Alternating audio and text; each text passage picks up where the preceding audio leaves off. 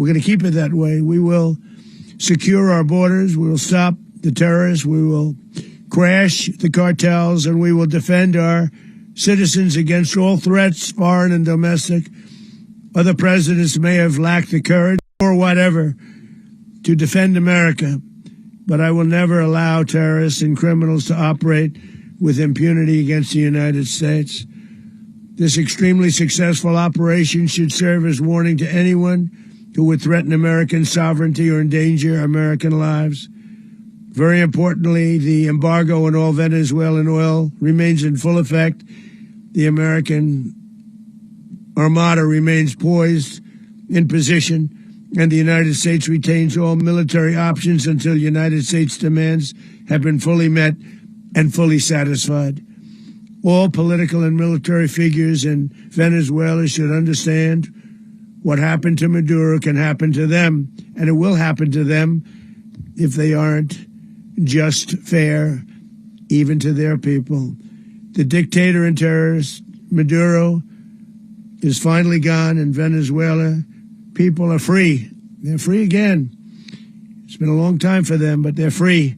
America is a safer nation this morning. It's a prouder nation this morning because it didn't allow this horrible person and this country that was doing very bad things to us. It didn't allow it to happen. And the Western Hemisphere is right now a much safer place to be. So I want to thank everybody for being here. I want to thank General Raising Cane. He's a fantastic man. I've worked with a lot of generals. I worked with some I didn't like. I worked with some I didn't respect. I worked with some that just weren't good. But this guy is fantastic. I watched last night one of the most precise attacks on sovereignty. I mean, it was an attack for justice. And I'm very proud of him, and I'm very proud of our Secretary of War, Pete Hegseth, who I'm going to ask to say a few words. Thank you very much.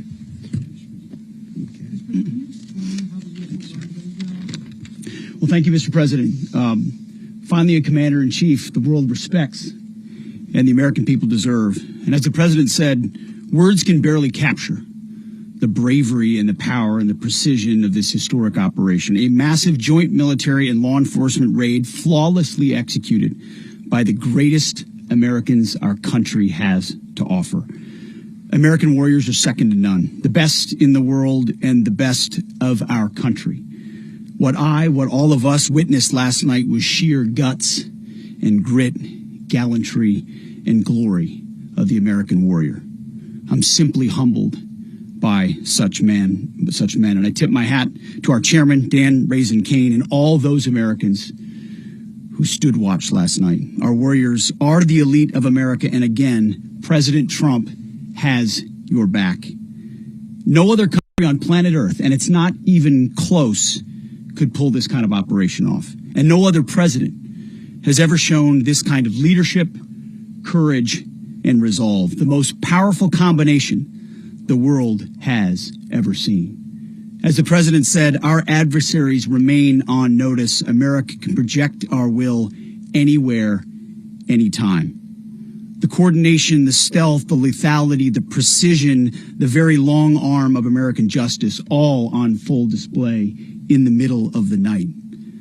Nicolas Maduro had his chance, just like Iran had their chance, until they didn't and until he didn't.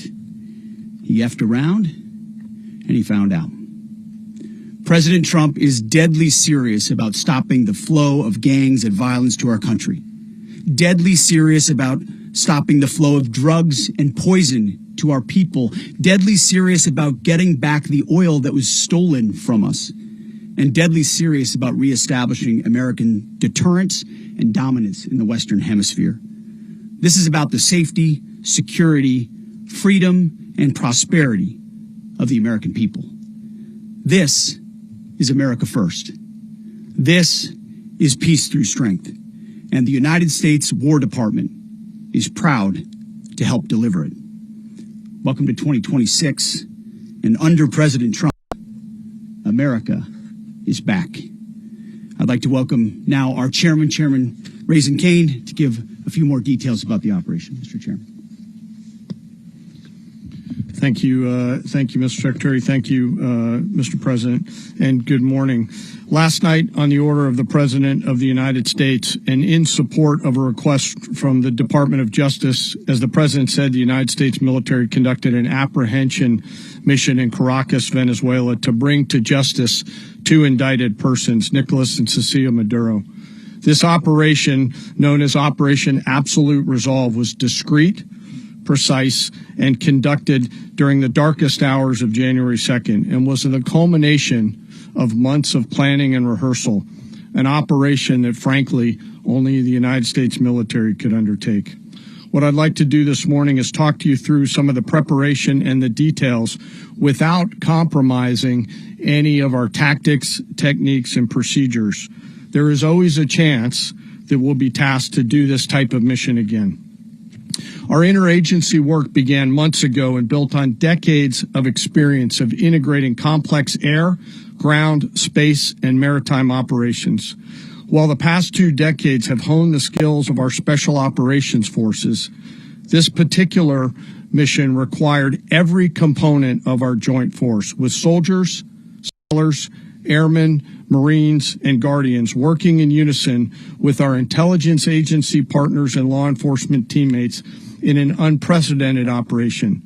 We leveraged our unmatched intelligence capabilities and our years of experience in hunting terrorists, and we could not have done this mission without the incredible work by various intelligence agencies, including the CIA, NSA, and NGA.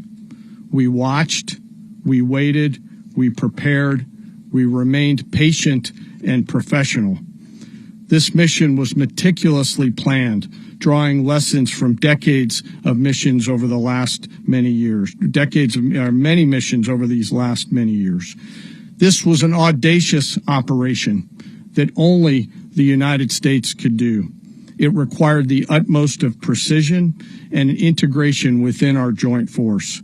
And the word integration does not explain the sheer complexity of such a mission.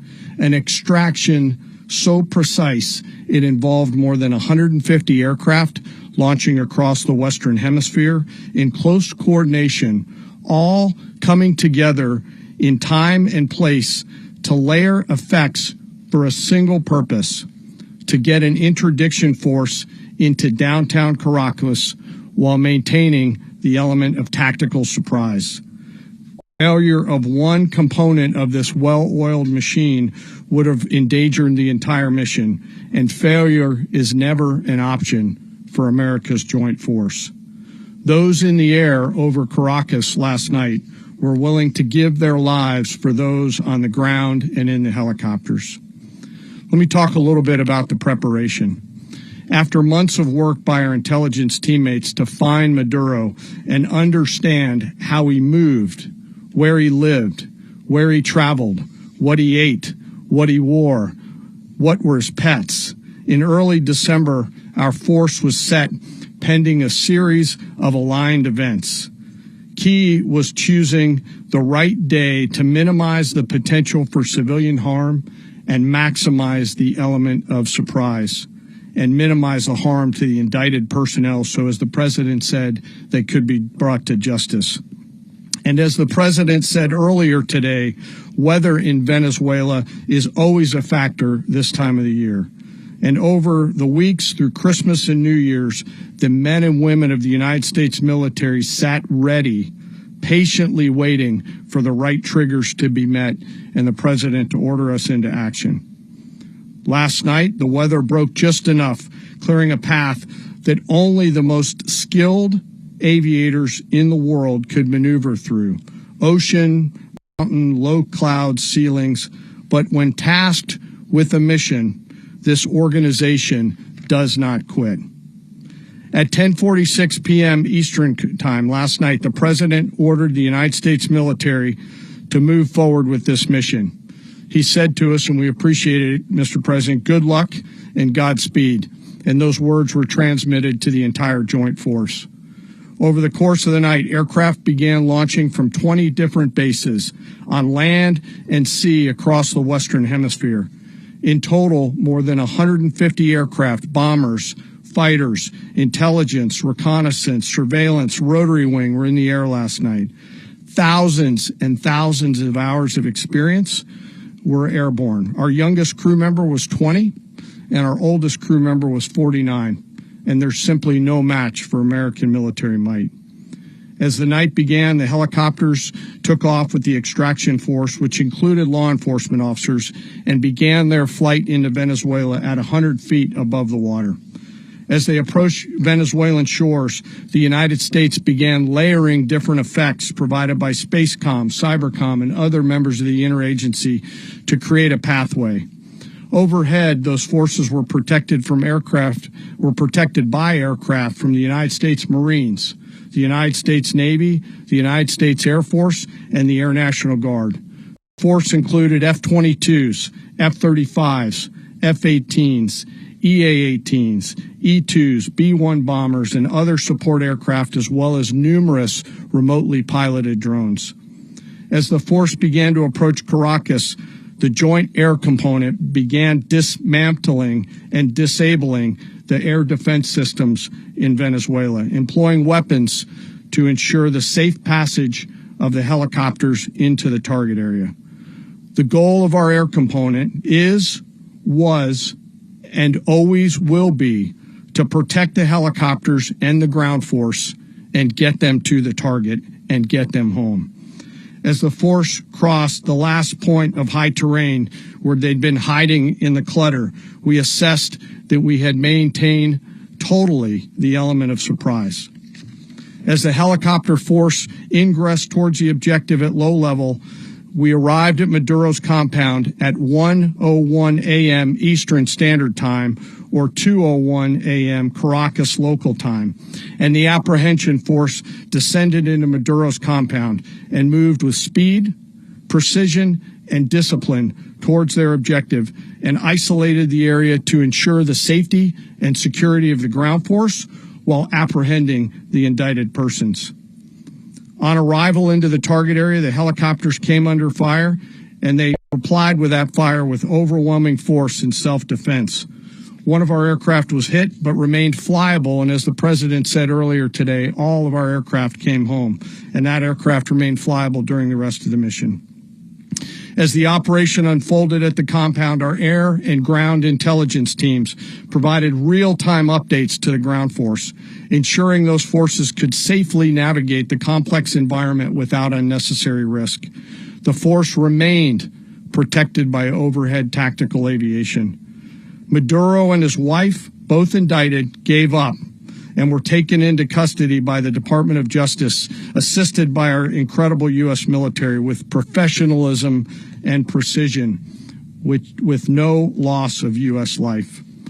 After securing the indicted persons, the force began to prep for departure. Helicopters were called in to exfiltrate the extraction force, while fighter aircraft and remotely piloted aircraft provided overhead coverage and suppressive fire. There were multiple self-defense engagements as the force began to withdraw out of Venezuela. The force successfully exfiltrated and returned to their afloat launch bases, and the force was over the water at 3:29 a.m. Eastern Standard Time with indicted persons on board.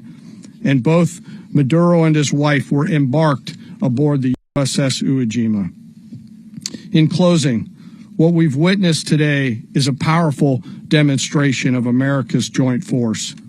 We think, we develop, we train, we rehearse, we debrief, we rehearse again and again, not to get it right, but to ensure that we cannot get it wrong.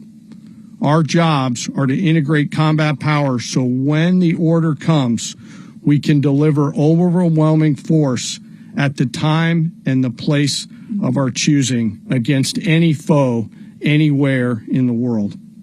I am immensely proud today of our joint force and filled with gratitude to represent them here today. There is simply no mission too difficult for these incredible professionals and the families that stand by them and support them. As we stand here this morning, our forces remain in the region at a high state of readiness, prepared to project power, defend themselves, and our interests in the region. This operation is a testament to the dedication and unwavering commitment to justice and our resolve to hold accountable those who threaten peace and stability.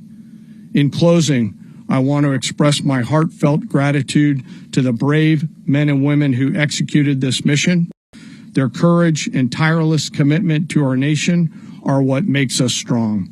Thank you, Mr. Secretary, and thank you, Mr. President.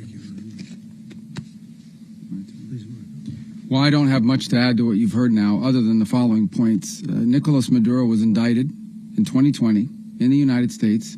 He is not the legitimate president of Venezuela. That's not just us saying it. The first Trump administration, the Biden administration, the second Trump administration, none of those three recognized him. He's not recognized by the European Union and multiple countries around the world.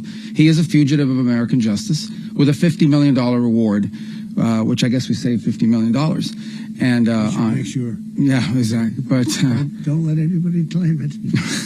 Nobody deserves it but us. But I want to be clear about one thing. Nicolas Maduro had multiple opportunities to avoid this. He was provided multiple very, very, very generous offers and chose instead to act like a wild man, chose instead to play around. And the result is what we saw tonight.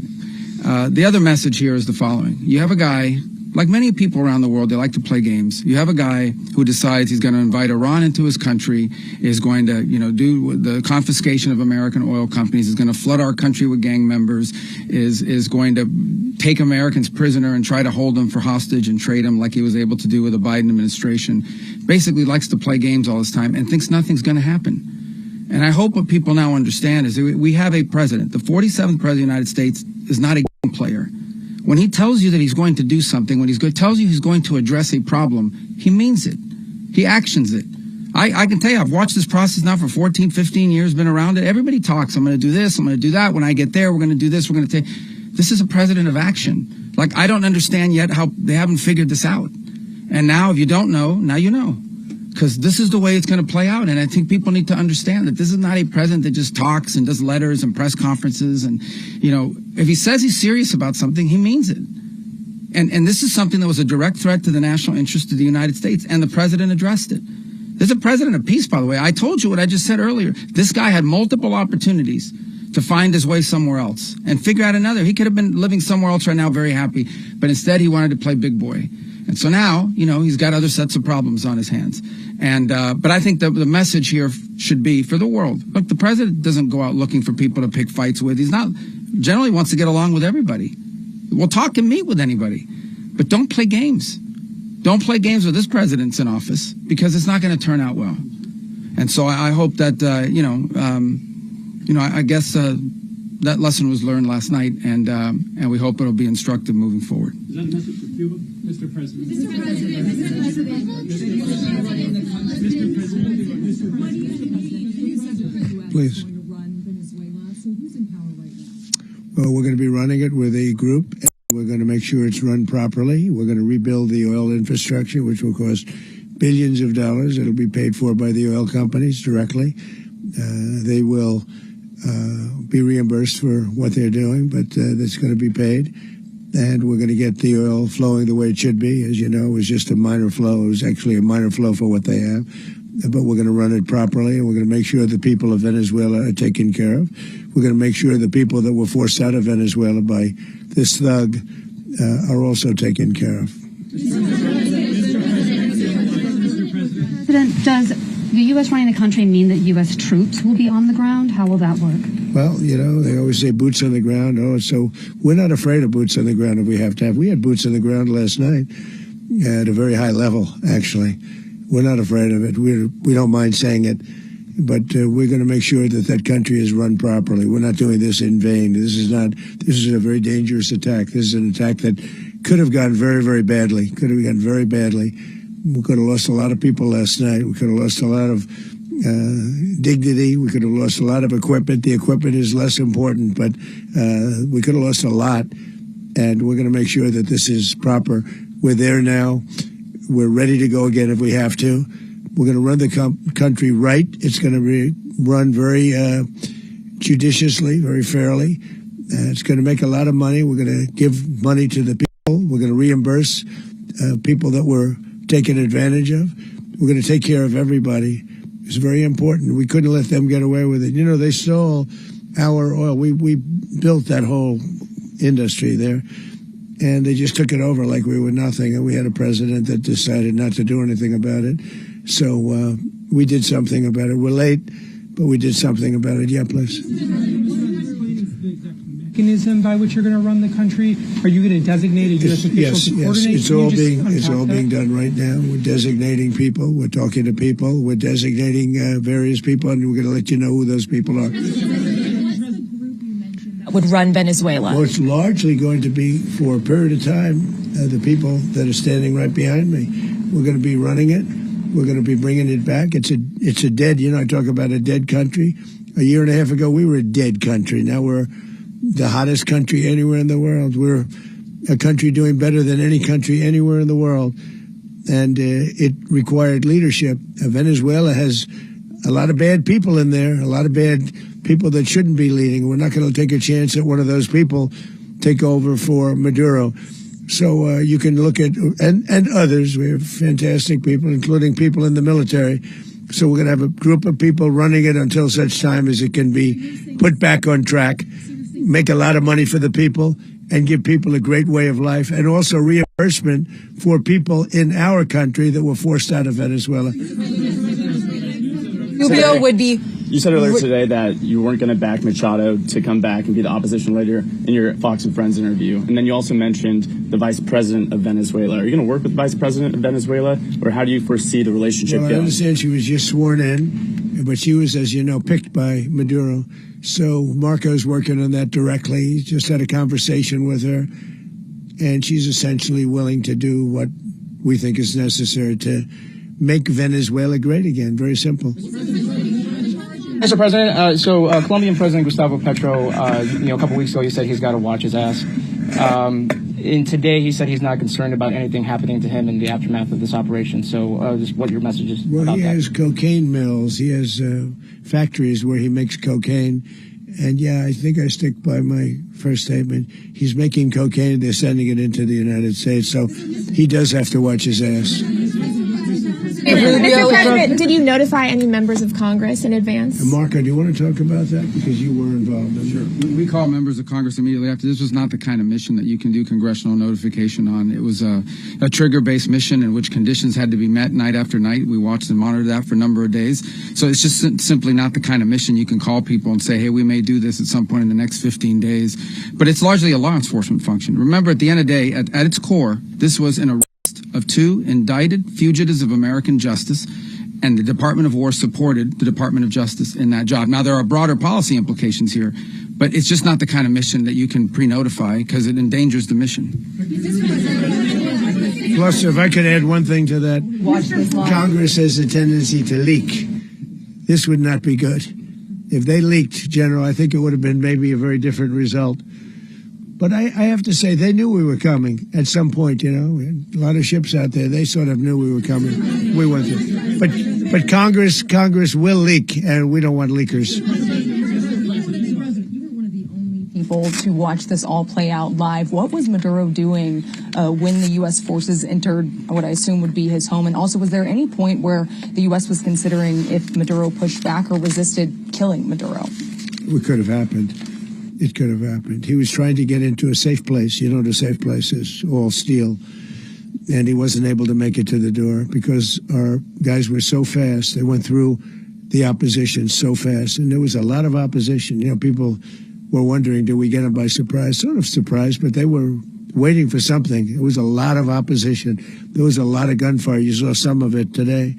But he was trying to get to a safe place, which wasn't safe because we would have had the door blown up in about 47 seconds, they say on average, regardless of how thick the steel was. It was a very thick door. It was a very heavy door, but he was unable to get to that door. He made it to the door. He was unable to close it. Go ahead, finish. To be in the time being right now. Do you know his exact whereabouts? Eventually, ultimately, in the near future, he's going to be brought to New York. And where is he going to be held? Where is he going to be held in New York? Do you know? That's going to be up to the officials that do these things. Mr. President. The U.S. has something of a mixed track record of ousting dictators without necessarily a plan for what comes afterwards. Not with Did me. that weigh on your decision? Well, that's when we had different presidents, but with me, that's not true. With me, we've had a perfect track record of winning. We win a lot, and we win. If you look at Soleimani, you look at al-Baghdadi, you look at the Midnight Hammer. Midnight Hammer was incredible. Right now, you wouldn't have peace in the Middle East. We have essentially peace in the Middle East because of that. If we weren't successful with Midnight Hammer, you wouldn't have peace in the Middle East. So, with me, you've had a lot of victory. You've had only victories. You've had no losses. Yeah. How long do you expect the U.S. to run Venezuela, and how soon do you want the Venezuelan people to hold elections? So I'd like to do it quickly, but it takes a period of time. You know, we're rebuilding. We have to rebuild their whole infrastructure. The infrastructure is rotted. It's actually very dangerous. It's blow-up territory. Oil is very dangerous. It's a very dangerous thing to take out of the ground. It can kill a lot of people. It has killed a lot of people doing just that. The infrastructure is old. It's rotted. Much of it is stuff that we put there 25 years ago, and we're going to be replacing it. And we're going to take a lot of money out so that we can take care of the country. Yeah. Are you saying that Secretary Rubio and Mr. President, China, Russia, and Iran have interests in Venezuela. How does this operation affect your relationships with them when it comes to oil China and drugs? and Russia, Russia when we get things straightened out. But in terms of other countries that want oil, we're in the oil business. We're going to sell it to them. We're not going to say we're not going to give it. In other words, we'll be selling oil probably in much larger doses because they couldn't produce very much because their infrastructure was so bad. So we'll be selling large amounts of oil to other countries, many of whom are using it now, but I would say many more will come. Are you saying, Mr. President, are you saying that, Mr. President, are you saying that, Mr. President, thank you. What is your message to the people of Venezuela today? Of course, the civilian population specifically, they have a lot of questions. What is your message to the people of Venezuela? That you're going to have peace, justice. You're going to have some of the riches that you should have had for a long period of time. It was stolen from you. But you're going to have peace and you're going to have safety. You're going to have justice. You're going to have a country. You're going to have a real country. You're going to have potentially a great country. You know, if you go back 20 years, even a little longer ago, that was a great country. And they destroyed it. Remember I said that if we lose this election, the United States will be Venezuela on steroids. That's what would have happened.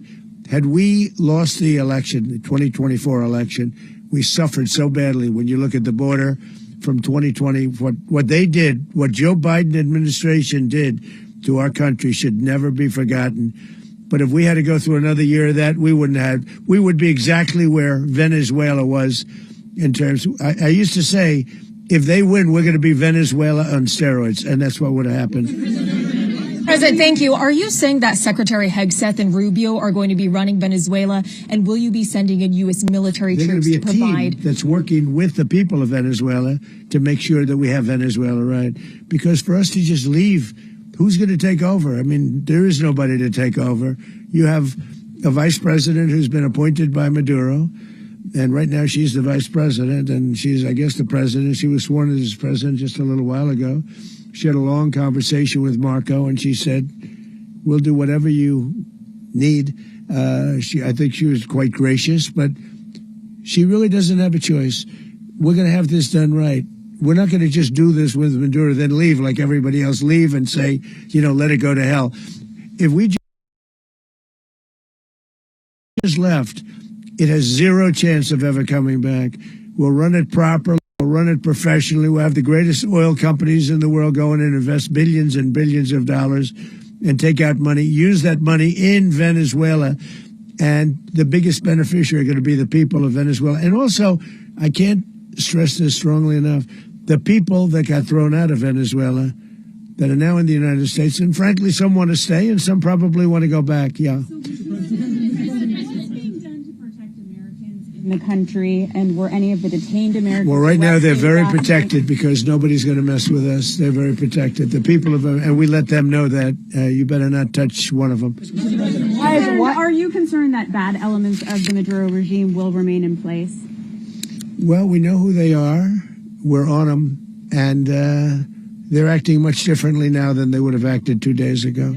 Okay, wait, behind you, please. Mr. President, why is running a country in South America America first?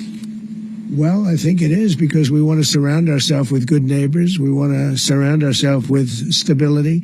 We want to surround ourselves with energy. We have tremendous energy in that country. It's very important that we protect it. We need that for ourselves. We need that for the world. And we want to make sure we can protect it. Yes, sir. Please, go ahead. Yeah, is there a message here for Cuba and Diaz-Canel? Well, Cuba is an interesting case. Cuba is, not doing very well right now. That system has not been a very good one for Cuba. The people there have suffered for many, many years. And I think Cuba is going to be something we'll end up talking about because Cuba is a failing nation right now, very badly failing nation. And we want to help the people. It's very similar in the sense that we want to help the people in Cuba, but we want to also help the people that were forced out of Cuba and living in this country. Do you want to say something about that, Marco, please?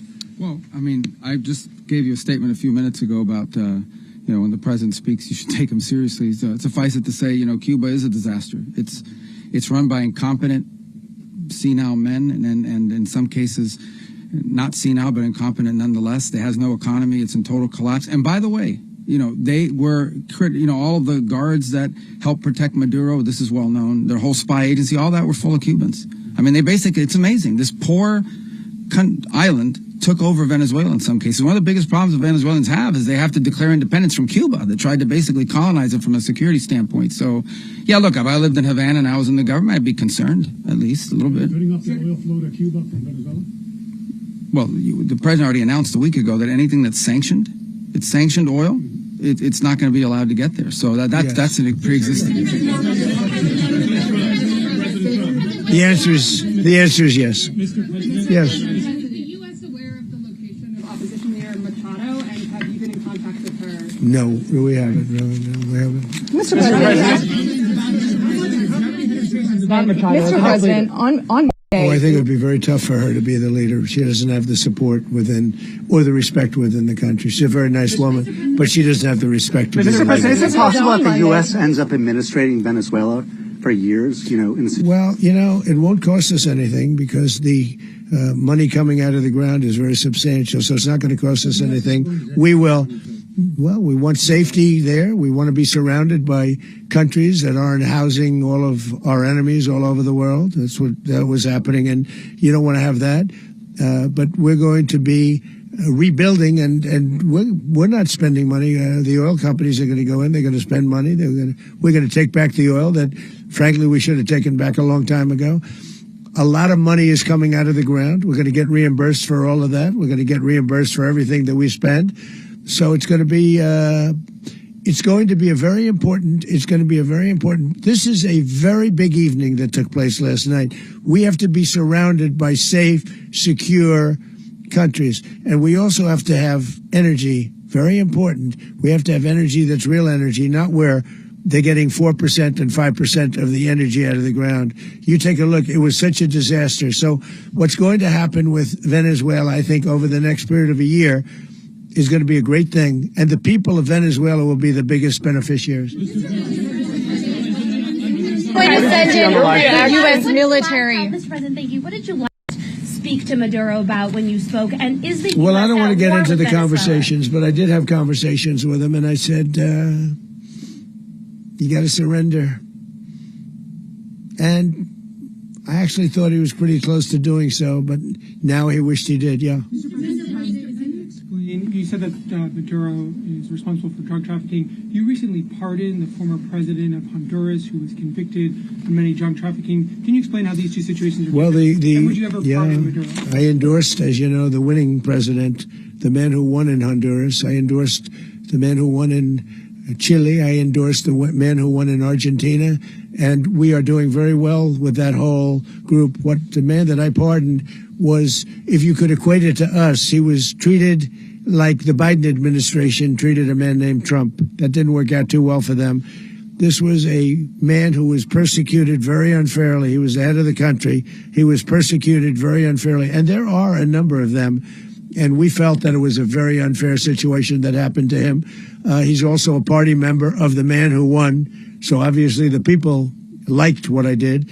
And one of the reasons that was done is because of the fact that the party in power felt very strongly that that man was treated very badly. I studied it very quickly, and then I studied it in great detail. I went to a lot of the people standing behind me, and they felt that that man was persecuted and treated very badly. That's why I gave him a pardon. You referenced boots on the ground earlier. Can you just sort of button this up? Do you envision the U.S. military having a presence in Venezuela as the U.S. runs that country? No, we're going to have a presence in Venezuela as it pertains to oil, because we have to have, we're sending our expertise in. So you may need something, not very much. But no, we're going to be taking out a tremendous amount of wealth out of the ground. And that wealth is going to the people of Venezuela and people from outside of Venezuela that used to be in Venezuela. And it goes also to the United States of America in the form of reimbursement for the damages caused us by that country. So I want to thank you all very much. Thank you. Do you have one? Yes, please. You were so nice before. I'm going to give you the final question. Go ahead. Thank you, Mr. Unless President. it's a bad question, in It's which about case Putin. I'll go one word. It's about who? It's about Putin, if you want. About Putin. Well, that's Okay. always nice You had to a phone- talk about Putin. You had a phone call with him Yeah. on Monday. Did he talk at all about Maduro? Did y'all talk about this? No, we didn't. And We then- never spoke about Maduro. Are you mad at him right now? I mean, there's this I'm not intelligence. thrilled with Putin. I'm not thrilled with Putin. He's killing too many people. I thought that would be so. I settled 8 1/4 war. You know what the 1/4 was? Thailand and Cambodia. I did it again. They broke out, and I did it in about 5 hours, and I settled it. I'm giving myself 1/4, so I'm up to now 8 1/4. In other words, I settled the war, but then they broke out. They had a pretty bad breakout over the last 4 days. I got them to go back to peace, so I only give 1/4. I thought the easiest one would be, one of the easier ones would be Russia, Ukraine. It's not. And they both have done some pretty bad things. And look, that's Biden's war. That's not my war. But I want to stop the lives. Did you see where last month, 30,000, it was 27,000 the month before. 30,000, mostly soldiers, were killed this last month. 30,000. I want to stop that. You know, I got NATO to pay 5% instead of the 2% that they weren't paying. They weren't paying 2, now they pay 5. And we send them a lot of munitions, we send them a lot of things, missiles and various other things, a lot. And they pay. The United States is not losing money. We're probably making money on that. It's the last thing I care about. I just want to stop all those people. We're losing 25, 30,000 human beings that come from 2 places that are very far away. But if I can stop, because it's something I've been pretty good at doing, deals, I guess. It's all a deal. Life is a big deal. But if I can stop that war and stop 30,000 young people, in addition to the fact that people are being killed in Kiev, people are being killed in other cities throughout, you know, a much smaller number, but they're killed, viciously killed. So I'm not happy about it. I thought that would be something that would get solved. We have Mr. Witkoff here. I think that we're making progress, but that's a war that should have never happened. If I were president, it would have never happened. Putin says it. Everybody says it. If I were president, that would have never happened. But I inherited that war. That was Joe Biden, Zelensky, and Putin. I came into the situation, and it's a mess.